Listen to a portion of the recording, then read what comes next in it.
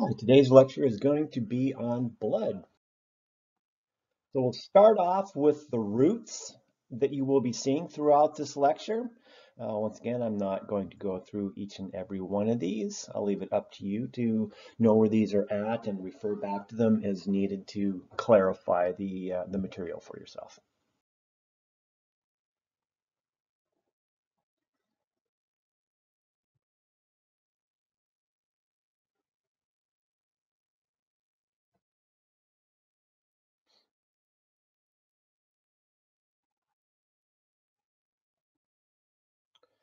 Okay, blood is 90% water.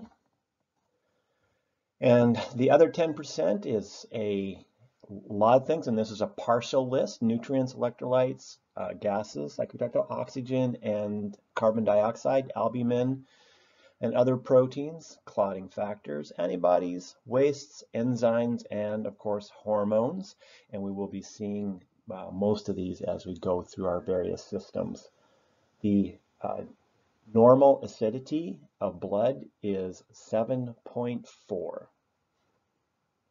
Slightly basic. So as we saw when we looked at the skeletal system, the red bone marrow in the spongy ends of the long bones are where red blood cells are made. There are three kinds: the red or erythrocyte, white or leukocytes, and platelets, which are thrombocytes. Platelets are the components of the blood that initiate clotting. So here is a slide of some blood. We have the platelet, these little tiny things right there, leukocyte or a white blood cell, and of course our erythrocytes or red blood cells are right there, kind of a donut shape with just an indentation, rather, a hole in the middle. Let's start with the erythrocytes. Their function is to carry oxygen, as we saw when we looked at the cardiovascular system. They are the most numerous of the blood cells. They last about 4 months and need to be replaced as they wear out. The production is regulated by a hormone called erythropoietin, or EPO. And as a side note, EPO is one of those medications that professional athletes, particularly endurance athletes, will use to increase the number of circulating red blood cells so they can carry more oxygen. So they will use this hormone injected exogenously to enhance performance. Of course, that is illegal. And I remember back in the 90s when I was a cyclist, I remember reading reports of young, healthy professional cyclists dying in their sleep in Europe.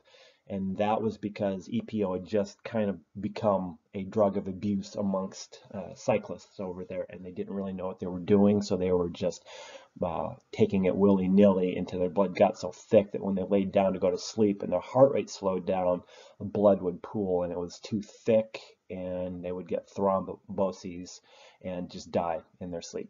And they would actually have people wake them up periodically and check on them throughout the night until, just to make sure they made it through the night okay.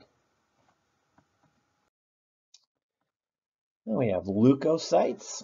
In general, there are 5 different types of leukocytes. There are granulocytes, and underneath granulocytes, there are neutrophils, eosinophils, and basophils, and agranulocytes, which are comprised of lymphocytes and monocytes. Leukocytes are that component of the blood that protect against foreign invaders, mostly bacteria and viruses. And depending on which disease is being fought against, there will be different amounts of those 5 types of leukocytes available, depending on the body's need at that particular time. Platelets, when you here we see that word hemostasis or blood regulation. They are used in coagulation. They stick together to cause a plug, and then this plug interacts with clotting factors to make the clot. At that point, fibrinogen is converted into fibrin to make the clot, and then the fibrin traps the blood cells, and then you have a thrombus or blood clot. So it's kind of the start of the clotting cascade. In blood types, there are A, B, and O, and Rh positive or negative. So the 4 blood types are based on A, B, AB, and O, and then these are based on different glycoproteins that are attached to red blood cells. And each of those blood types can either be Rh positive or Rh negatives. So you have A positive, A negative, B positive, B negative, and so on. So during transfusions, you need to match the blood types, or you will cause a rejection by the person who is getting the transfusion. So you need to cross-match the types between the donor and the recipient of the blood transfusion. So in immunity, this is a general term for protection against disease. There is the non-specific, and that is in genetic makeup, and that is things like the skin, the cilia, the mucus, and we've gone over these before, so this should be reviewed to a certain extent. The reflexes, the lymph tissue, and phagocytes, which are those which ingest harmful substances.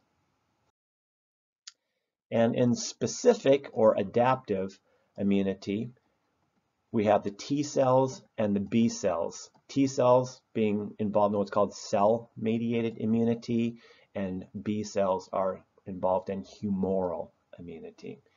And these develop once a person is exposed to a certain bacterium or virus, and then they will generate these cells with receptors that are specific for those organisms.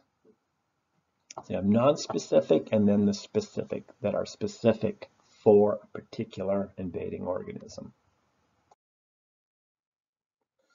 And within specific immunity, you have natural specific. There's active, where you actually, quote unquote, catch the disease, or you get a shot that it exposes your immune system to some component of the invading organism, and then you can develop antibodies to that. And there is passive, which is the transfer of antibodies, usually from the mother to child through the placenta, or for a short time after birth in the mother's milk. And there's artificial specific that we were referring to above. When you get a vaccine, you are getting exposed to the bacterium or some component of the bacterium, usually some part of the coating of a virus or a bacterium.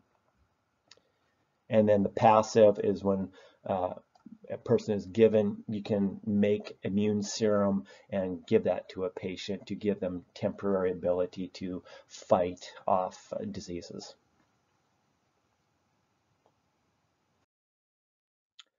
Some more key terms.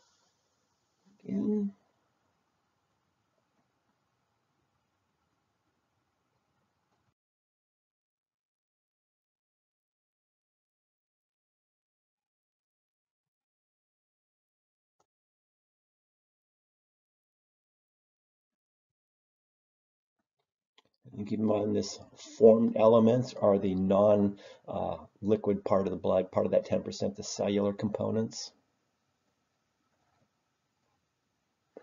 And hemoglobin is the part in the red blood cells that is transporting oxygen.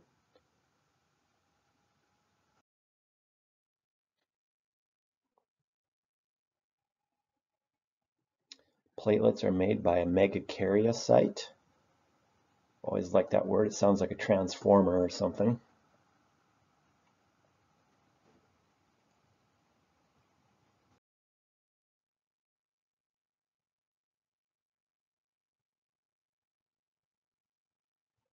And there's plasma, which is the liquid component of blood, minus the cellular components. So let's look at some clinical aspects of blood. We have anemia. We have decrease in the aforementioned hemoglobin. So things that can cause that, if there are not enough red blood cells, the red blood cells are improperly formed and too small, or there's too little hemoglobin but a normal number of red blood cells. Any one of those can cause a deficit in hemoglobin. Then we look at blood counts, blood volume, and hemoglobin concentration.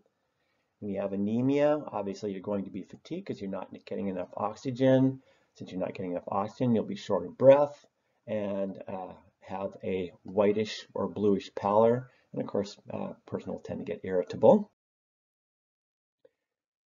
In aplastic anemia, that is when the bone marrow, the thing that makes the red blood cells or hemoglobin, is being destroyed. It can be caused by drugs, viruses, and cancer. And you can also develop anemia from nutritional anemia. Pernicious anemia is a absence or a lack of enough vitamin B12. And then also iron deficiency, which is the main component of hemoglobin, hemo being the Latin base for iron.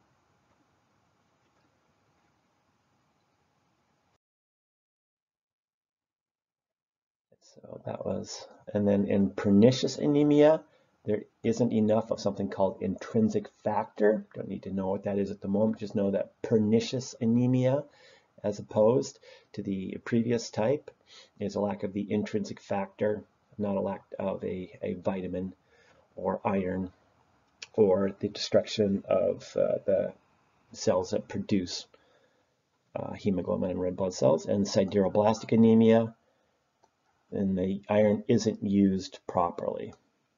Not used properly. Might be getting enough iron, but it's not absorbed properly. So hemorrhagic anemia, say from the face, is the result of blood loss. You can bleed out and get anemia, lose red blood cells that way.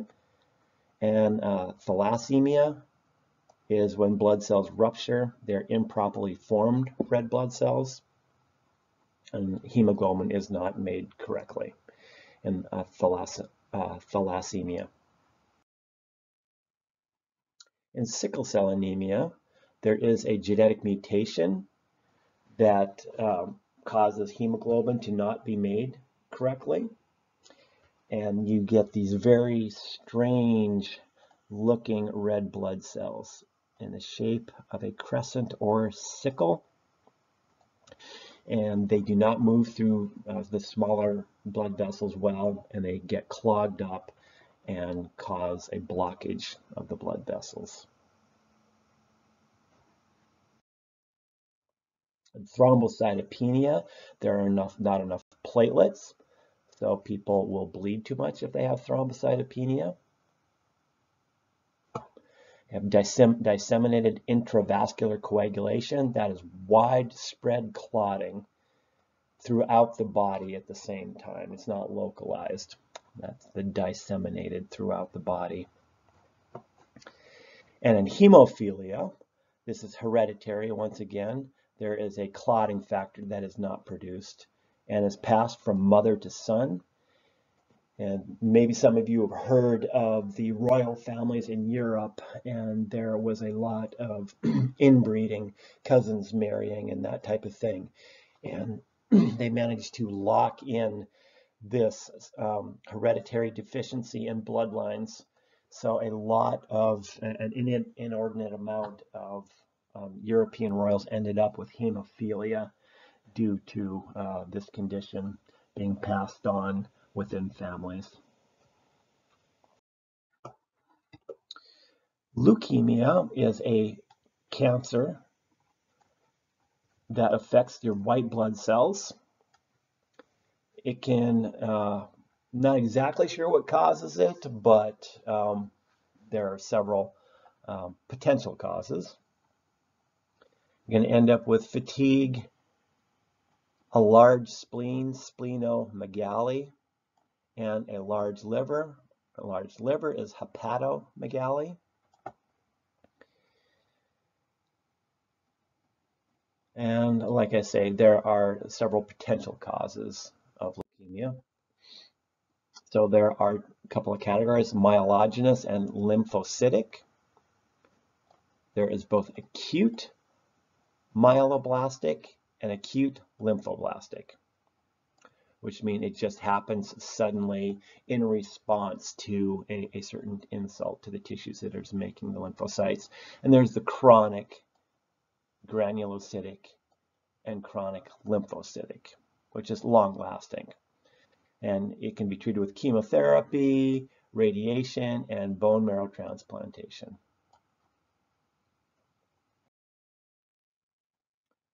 So there's Hodgkin's disease, and it is a disease of the lymphatic system. And there are giant lymph cells that are indicative of Hodgkin's disease called Reed-Sternberg cells. And a non-Hodgkin's is also another neoplasm with a lymph node involvement, and it is more common and more dangerous than Hodgkin's. And then in multiple myeloma, you have cancer of the blood cells in the bone marrow.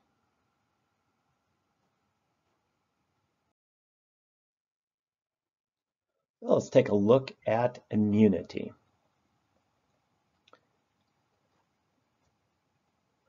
So this time of year, we can certainly see things involved with hypersensitivity or allergies to pollens and dust. There's anaphylactic reactions, which can be life-threatening. It is a allergic storm throughout the whole body, and epinephrine or adrenaline is the thing that will resolve an anaphylactic reaction. And you can have delayed hypersensitivity reaction that can take up to 12 hours for it to come on. And that's what we're looking at with poison ivy, for instance. So hypersensitivity in general, anaphylactic reaction, which is severe, treated with epinephrine, and delayed, which takes 12 hours. When a person is immunodeficient, their immune system is not working properly. There are many causes. One of them is certainly AIDS, which is caused by an HIV infection. HIV is the infection that can lead to AIDS. And once the infection has set in to the point where AIDS develops, there are other infections that set in to a person who is susceptible due to their compromised immune system. There is PJP, pneumocystis jirovecii pneumonia, thrush, of course, overgrowth of candidiasis in the mouth and other mucous membranes. Cryptosporidium can certainly happen, and Kaposi's, which is a cancer that develops when the T cell count gets too low in an HIV infection with a person who has a T cell count that is too low to fight off these things that show up when the immune system is compromised. There's another set of diseases in the autoimmune disorder classification. So when your own body is having a reaction to your own tissues. So there are a whole bunch of autoimmune disorders. We'll take a look at a few of them here, including SLE, or systemic lupus erythematosus, sclerosis, Sjogren's syndrome, which affects the salivary glands primarily. People have very dry mouth all the time, and other dry mucous membranes. Pernicious anemia, we talked about briefly earlier. Rheumatoid arthritis, which we've touched on. Graves' disease, which we will certainly see more of, is another autoimmune disorder, and fibromyalgia, in all likelihood, is in large part caused by an autoimmune disorder. So here are some terms that we will be covering and have covered.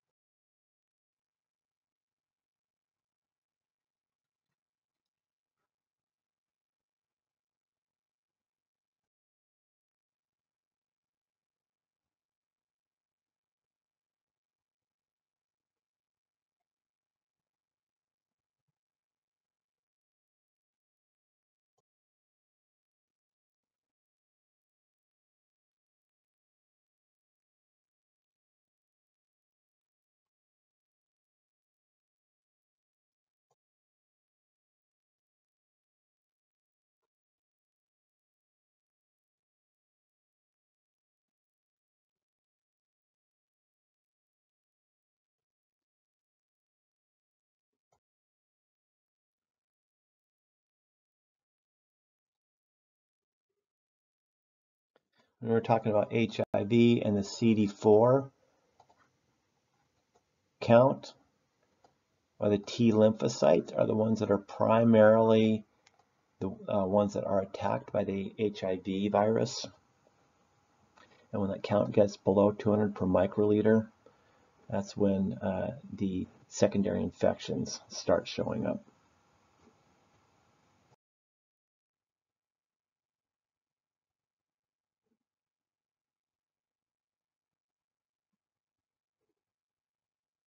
We talked about bile being stored. That is from the breakdown of hemoglobin. It's bilirubin.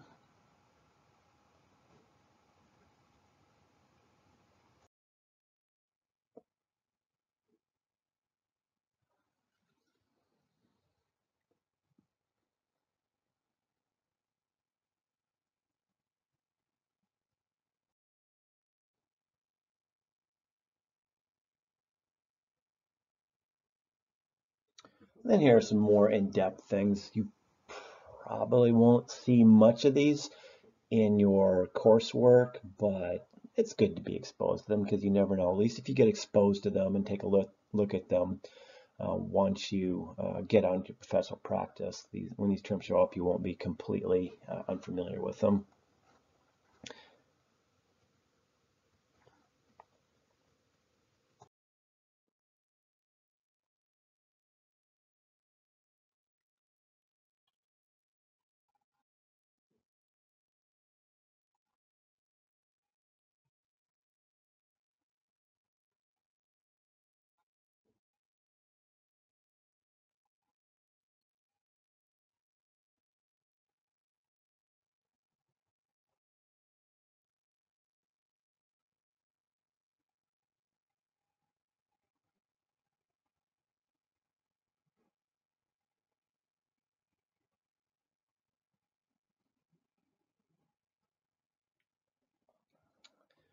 And I determine when we can take a look and how we can sort of figure out what something might be based on its roots. But we have sphero or spheroid shape, and cytic, or something breaking apart, and then anemia, which is lack of hemoglobin or red blood cells. So we have an anemia, and its red blood cells are round instead of that indented disc shape, and they tend to rupture a lot.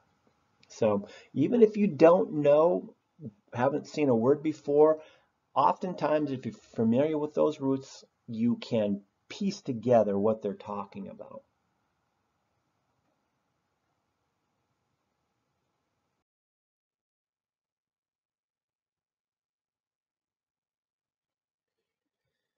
And we certainly won't be seeing these, but ELISA is a monoclonal immunoabsorbent assay using monoclonal antibodies, and it's very sensitive. Can diagnose HIV and a lot of other diseases, but HIV, hepatitis, and Lyme disease certainly.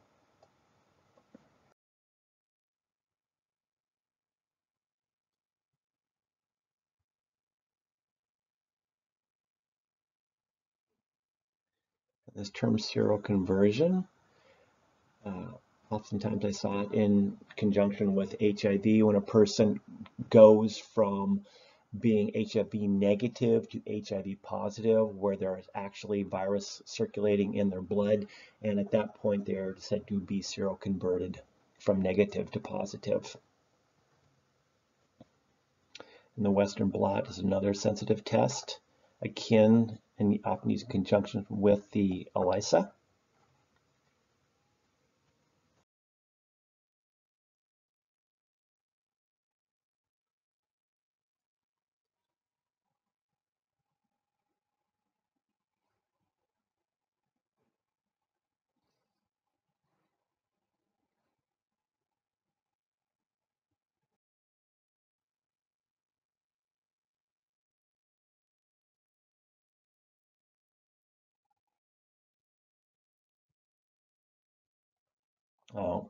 Immunosuppression is, a lot of times we've been studying it, is bad, but there are those cases where you want to use it therapeutically to prevent rejection, such as when you're transplanting an organ in and you don't want the body to have a reaction to it. You will therapeutically, on purpose, suppress the immune system to prevent that rejection of the foreign organ.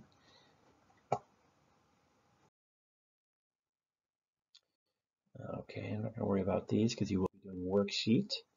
Thrombocytopenia is a decrease in platelets. The suffering in hemorrhage is RAGE, of course. Excessive potassium is hyperkalemia.